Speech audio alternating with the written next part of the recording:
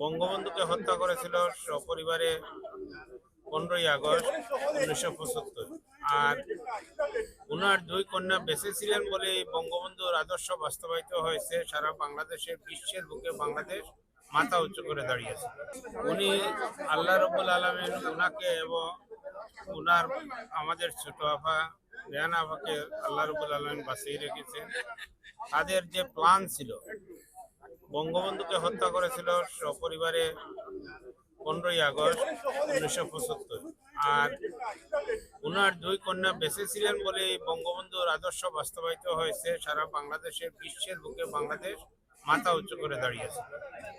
এই অবৈধ ইউনূস, ষড়যন্ত্রকারী ইউনূস, খুনি ইউনূস, সে ষড়যন্ত্র করে জননেত্রী শেখ হাসিনার বিরুদ্ধে আন্দোলন করার জন্য ছাত্র সমাজকে ব্যবহার করেছিল।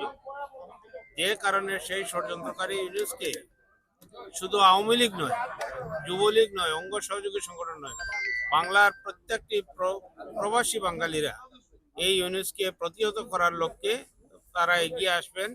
যেভাবে 69-এ গণ আন্দোলন, 70-এ নির্বাচন, 71-এ মহান মুক্তিযুদ্ধ, 75-এ 15ই আগস্টের পরে জননেত্রী শেখ হাসিনার পাশে দাঁড়িয়েছিল, আজকেও ইউনূসের বিরুদ্ধে সবাই ঐক্যবদ্ধভাবে কাজ করবে এবং সর্বস্তরের মানুষ ইউনূস প্রতিরোধের এগিয়ে আসবে, এই আশা ব্যক্ত করে আমি আমার বক্তব্য শেষ করছি। খোদা হাফেজ।